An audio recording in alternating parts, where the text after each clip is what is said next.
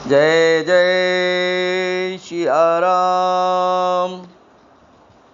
साथियों, रामायण में बताया गया है कि रावण के पुत्र मेघनाद को कोई भी नहीं मार सकता था, क्योंकि उसकी पत्नी सुलोचना के पतिव्रत के बल से मेघनाद अजय हो गया था।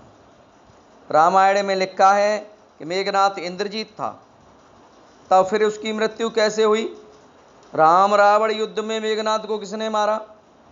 रामायण कहती है उसे लक्ष्मण ने मारा। केवल लक्ष्मण ही इसके योग्य थे। रामायण में लिखा है कि जब सुलोचना को यह सूचना मिली कि मेघनाद मारा गया, तो उसको इस समाचार पर रंच मात्र भी विश्वास नहीं हुआ।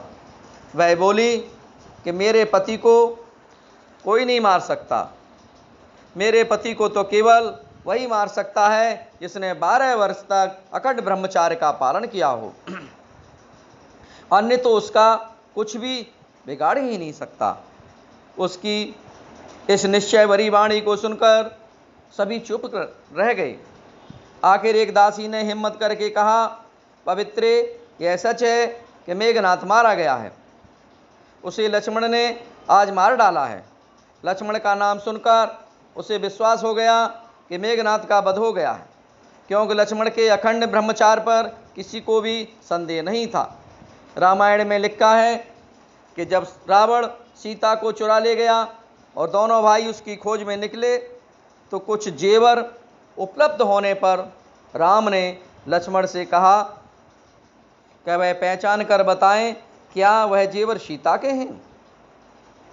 तब लक्ष्मण ने कहा, महाराज, मैं सीता जी के केयर, कुंडल इत्यादि तो नहीं पहचान सकता, मैं तो केवल उनके नुपुर ही पहचान सकता हूँ, क्योंकि मैं नित्य उनके चरणों पर झुका करता था। इस प्रकार लक्ष्मण जी को किसी को कभी कुदृष्टि से देखते ही नहीं थे। यदि मेघनाद इंद्रजीत था तो लक्ष्मण जी इंद्रिय जीत थे। इन प्रसंगों का उदाहरण देकर भारत के नर नारी अपनी प्राचीन संस्कृति की उत्कृष्टता का तथा अपने पूर्वजों का राग अलापा करते हैं, परंतु देखा जाए तो आज हमारे देश की स्थिति क्या है? लक्ष्मण सीता जी के मुखारबिंद की ओर नहीं देखते थे, परंतु आज तो इस देश के वयोवृद्ध लोग भी राह जाती हर कन्या अथवा नारी को ताकते हैं। साइकिल पे या मोटर गाड़ी पर जाने वाले भी पीछे मुड़कर अपलक देखते रहते हैं। वे भूले हुए हैं इस प्रकार के आचार से वे अपनी संस्कृति पर कलंक बने हुए हैं। वास्तव में लक्ष्मण शब्द का हमें संदेश देता है कि हम भी अपने लक्ष्य में मन को लगाकर लक्ष्मण बने। लक्ष्य में मन को लगाने से मनुष्य की दृष्टि और वृत्ति पवित्र हो जाती है और वह इंद्रियजीत बनकर इंद्रजीत भी बन जाता है। वह रावण अर्थात माया के पुत्र कलत्र का अंत कर देता है, जो राम अथवा परमपिता परमात्मा का सहयोगी, सहगामी अथवा अनुगामी बनता है। वह अखंड ब्रह्मचार्य पालन के उच्च लक्ष्य को सिद्ध कर लेता है। सीता शब्द का अर्थ पवित्रता है।